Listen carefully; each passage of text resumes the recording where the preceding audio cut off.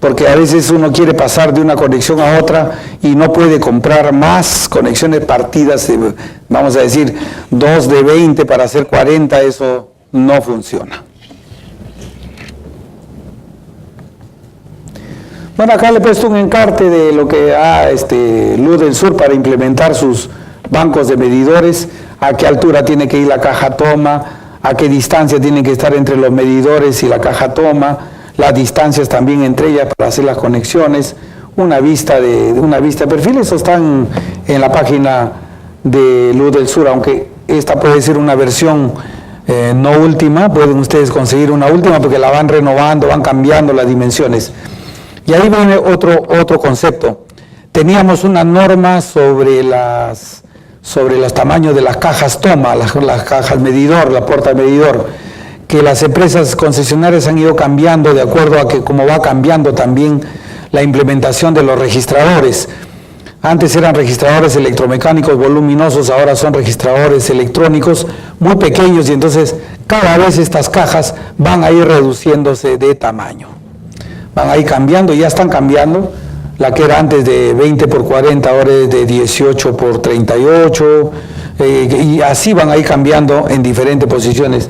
La que era de 67 por 32, ahora es de 31 por 65. O sea, no todo está implementado igual y van cambiando en el tiempo.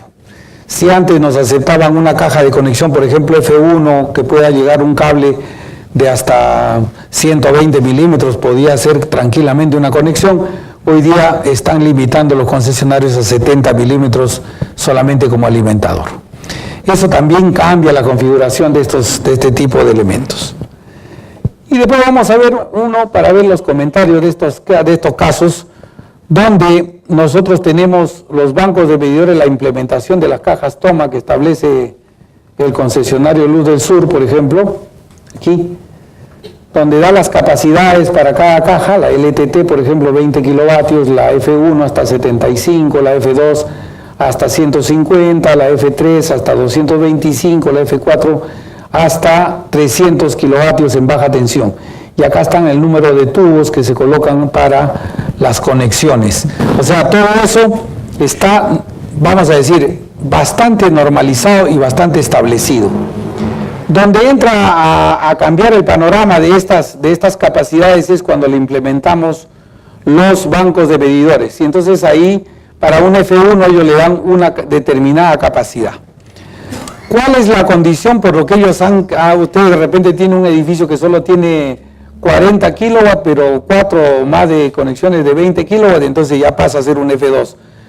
Todo eso lo han implementado ellos porque han considerado en estos bancos de medidores que todos los suministros están tomando su demanda máxima a la vez. O sea, la sumatoria de la demanda máxima, no la sumatoria como lo manda el código, con los factores de demanda que se tienen que amortiguar, digamos, el consumo.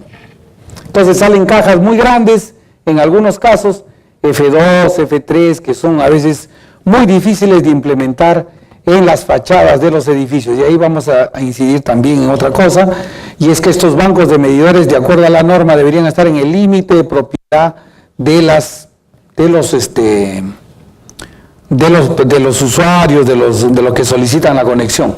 Y como ahora los edificios tienen una serie de condiciones, donde sea los ingresos, se prioriza más la parte estética, es parte de la venta, digamos, de estos sistemas. Es difícil implementar a veces los bancos medidores en la fachada y queda poco estético. Se trata de ponerlos en los laterales, se trata de ponerlos en la parte izquierda, en la parte derecha. Todo ello implica muchas cosas, como retirar la puerta para que la conexión quede libre, como tener una serie de condiciones que no se han previsto de repente en la arquitectura y que se tienen que implementar cuando se tenga que establecer los bancos de medidores. Entonces, todo esto implica relaciones entre la parte arquitectónica y la parte de las instalaciones eléctricas que se tiene que establecer.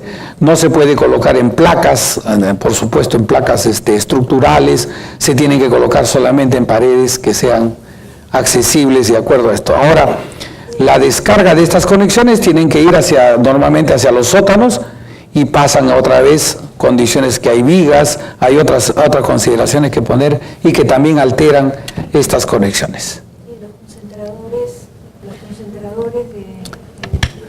los concentradores, muy bien. Los concentradores, mire, solo los implementó Edelnor en un lapso que ha tenido más o menos unos 4 años o 5 años de implementación. Después de eso los han retirado del mercado, últimamente ya no están vendiendo concentradores. Y tampoco Luz del Sur pretendió hacerlo y al final no lo ha hecho. A mí me parece más un tema que un tema de uso eléctrico, de falta de implementación. Resulta curioso ese tema, pero me parece un tema más de costo, porque vendiéndole con acometidas individuales ganan más probablemente que vendiéndole un solo paquete del sistema. Y entonces a ellos no les afecta en absoluto que usted tenga 50 medidores en su fachada, ¿no? O sea, es un poco comercial el tema y probablemente tengamos en el futuro que con el Colegio de Ingenieros, el Ministerio, implementar ese sistema como obligatorio, ¿no? Porque las conexiones de los departamentos no superan muchas veces, en la mayoría de casos, sin considerar que tengan cocina eléctrica, 3 kilovatios, 5 kilovatios de demanda. O sea, son pequeñas las consumos, ¿no? Pero no están ahorita ni normados ni implementados por el concesionario. No hay normativa sobre los concentradores. Y han dejado de producirse, ¿no? Esa es otra de las cosas, han dejado de traerse, ¿no? Parece que eran importados, ¿no? Parece. Muy bien. Aquí, bueno, tenemos más consideraciones sobre los tipos de cables que se pueden usar para diferentes conexiones. Ahí están, para no excederse. Y esto siempre hay que revisarlo en la página de Luz del Sur porque cambia a cada momento. Siempre es importante ver dimensiones, ver condiciones, distancias, como lo hemos visto acá, que por lo menos se da una idea de cómo implementar. Ahora, ellos permiten hasta 18 medidores en 2 hileras, nada más, cual sea la condición, sea trifásico o monofásico. 18, 9 y 9, nada más. A veces son un poco permisibles y le pueden permitir que usted ponga 20, digamos un par más de medidores, ¿no? Pero normalmente trabajan sobre 18 y así se establece en la práctica. Muy bien. Antes de que me olvide, siempre es una cosa importante aquí para implementar esto. Mire, una de las mayores dificultades que tenemos para los edificios de viviendas, sobre todo los de viviendas, es la conexión de la bomba contra incendios. Cuando una bomba contra incendios no supera los 50 kilovatios, cuando no supera los 50 kilovatios, es probable que se pueda acceder a una tarifa que se llama la BT5A, que es una tarifa que le permite usar 20 kilovatios fuera de punta y 50 kilovatios en hora fuera de punta 50 y en hora punta 20. Estoy al revés, 20 kilovatios. Pero si usted no la utiliza regularmente, no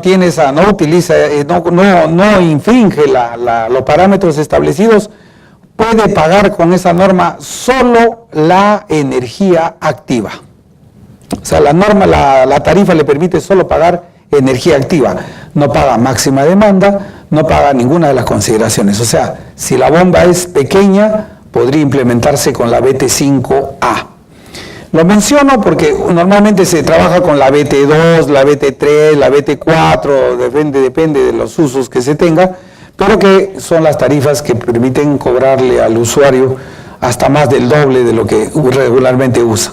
En el caso de la bomba contra incendios, obviamente, casi ni prueba se le hace, justamente los edificios no las encienden, porque cada vez que las encienden tienen que pagar los siguientes 6 meses la demanda máxima prorrateada para poder hacer el uso de esa conexión. Entonces, todas esas cosas implementan costos y también debería ser parte de una implementación del Estado para ver si efectivamente se justifica, ya que tenemos patrones promotores de la vivienda, tenemos fondo vivienda, le damos facilidades a los usuarios para que construyan su vivienda, le damos muchas facilidades para que las personas implementen estos sistemas, pero a la hora de las tarifas no hay ninguna facilidad y le cobramos igualito como si le cobrábamos a una industria. Entonces, capaz también necesitamos renovar esa parte y poner en la parte de los usuarios de viviendas estas consideraciones nuevas, ¿no? No solamente es a rajatabla. Normalmente, mire, se calculan las demandas máximas de los servicios generales en 30, 40 kilowatts, 50 kilowatts, pero en la realidad su demanda máxima en un mes, a veces cuando no se utiliza demasiado, no llega ni a 20 kilovatios. Entonces, eso hace que uno pague muchísimo dinero por algo que no utiliza. Entonces, igual con la bomba contra incendios, casi ni la prenden los usuarios, y por eso precisamente porque la tarifa les cuesta muy cara, ¿no? Capaz eso necesite cambiar pronto. Tenemos muchos edificios y en ejecución y ya hechos. Muy bien. Ahora vamos a hablar sobre la sección 050, que es una de las más importantes. Voy a poner solo lo resaltante nomás.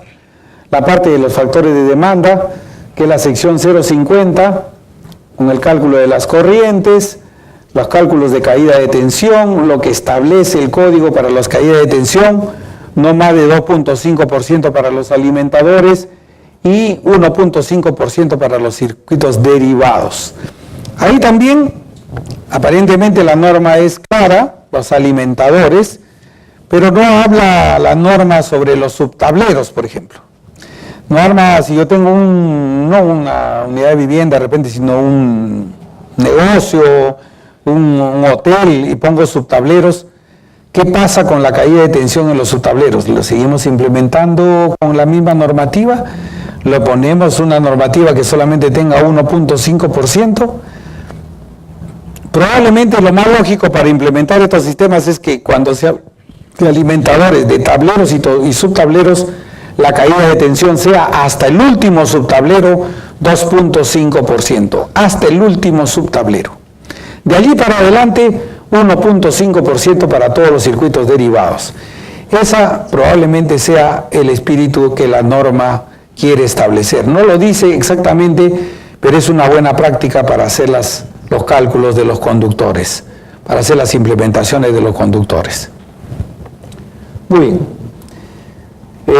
Este punto de la caída de tensión es que hace, bueno, muchos de ustedes lo conocen demasiado bien, pero para los que no lo toman mucho en cuenta, hace cambiar muchísimo la sección de los conductores, hace variar todas las consideraciones que uno tiene previsto muchas veces con un cálculo simple, y depende mucho de la distancia a la cual se está haciendo la conexión. Eso es básico y se necesita pues hacerlo, verificarlo para que funcione adecuadamente, ¿no? Una mala selección de los conductores por caída de tensión hace que el servicio se deteriore, ¿no? Muy bien. Dígame.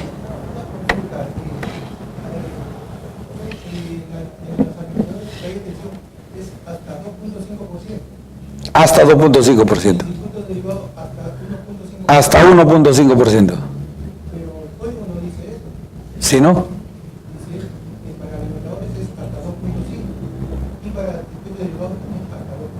No, 1.5 nomás. Y que la caída de tensión total sí es 4%. Pero entonces, ¿cómo suma 1.5 más 2.5? ¿Cómo suma 1.5 más 1.5? 4. Yo entiendo eso. ¿Sabe qué es lo que sucede, ingeniero? Es que le están diciendo hasta.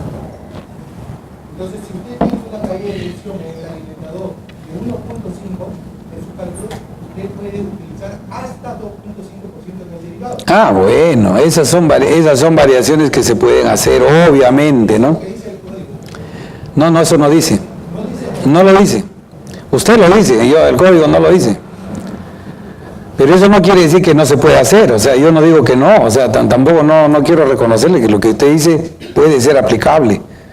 Y si no dice una cosa, no dice la otra tampoco, pero lo que sí yo le estoy diciendo acá en mi exposición es de que lo recomendable es utilizar una caída de tensión de 2.5% para los alimentadores, sean de tableros generales o de subtableros. Hasta el último subtablero, 2.5%. Y lo digo por otra convicción, porque las caídas de tensión normalmente los circuitos derivados Llegan en los circuitos de alumbrado, toma corriente, no llegan a más de 1%. Y con eso tiene usted garantizado de que el sistema funcione adecuadamente, que ese es justamente el espíritu que la norma quiere que uno tome en cuenta, ¿no? Ingeniero, disculpe. Bueno, he conocido el método de cálculo lógico para la caída de tensión, ¿no? Pero en referencia a la caída de tensión en tableros, ¿no? Hay una diferencia, digamos, donde se pueda tomar para hacer una caída de tensión total, ¿no? Incluye tableros. Bueno, mire, antes como se hacían las caídas de tensión manuales, o sea, esto solamente se presenta cuando uno tiene muchos subtableros en un local donde tenga, por ejemplo, un centro comercial, tenga muchas derivaciones y muchas atenciones a diferentes áreas, sectores, ¿no? Eso sí es una cosa muy importante porque usted tiene un tablero donde tiene un recorrido primero desde la subestación hasta el tablero, después de ese tablero a los subtableros y después de eso a los locales y después de los locales a los usos de los usuarios. O sea, tiene una cadena de caída de tensión muy grande. Entonces, tratamos de cubrir eso de la mejor manera. O sea, tratamos de cubrir que efectivamente al llegar al último subtablero usted tenga 2.5% para que tenga la libertad de tener un margen de 1.5% de caída de tensión. Esa es lo que yo recomiendo, lo que leo en la norma. Pero efectivamente uno puede tener hasta 4%, puede tener muy poca caída de tensión en el alimentador principal que llega a 1%, en la segunda parte del tablero general al siguiente subtablero importante, el tablero principal, tenga 1%, 1.5% y ya está sumando, o 1% ya está sumando 2 y 0.5% hasta el otro subtablero y así sucesivamente tiene que implementarlo. Pero eso es una cadena de cálculo que tiene que hacer. Ahora con la práctica del Excel y todo eso se puede hacer bastante fácil, ¿no? O sea, no creo que sea difícil implementarlos, es una sumatoria sucesiva de las cargas, ¿no? Como se hacía antes cuando se hacía los cálculos de los alimentadores en las urbanizaciones, en las habilitaciones urbanas, ¿no? Muy parecido. Muy bien. Utilización de factores de demanda. Tenemos también en la norma 050-106, tenemos también una tabla para los factores de demanda, una tabla para implementar los factores de consumo, los factores individuales de consumo, que está también relacionada a la norma 050. Y la norma 050-110